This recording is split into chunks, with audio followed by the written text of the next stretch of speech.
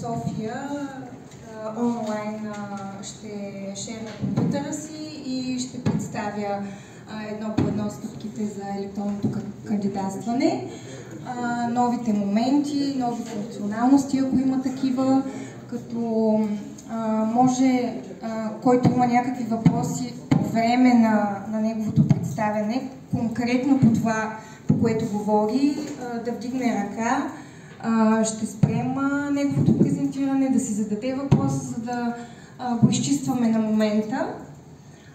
За някакви по-общи въпроси, по-дълги и по-сложни, ще помоля в края на неговото представяне. Виждате такива, които примерно Централната комисия изпраща проектно предложение, но се установява, че това е изправителна погрешка, тя е възможно да го анулира, но за удобство на кандидатите, въпреки че анулирано, то също се вижда в техния профил и мога да видя, че с такъв статус анулирано. Съответно, този пример с тази комуникация, отново изпратил въпрос от Централната комисия, по него съм изпратил отговори.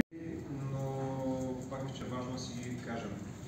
Знаете, модула за електронно кандидатстване, всичко по отношение на кандидатстване се случва там. Всичките програми, както ви казах, вече са над 35 различни източника на финансиране, включително швейцарската програма, швейцарско-българската програма за сътрудничество също ще бъде в ИСУН.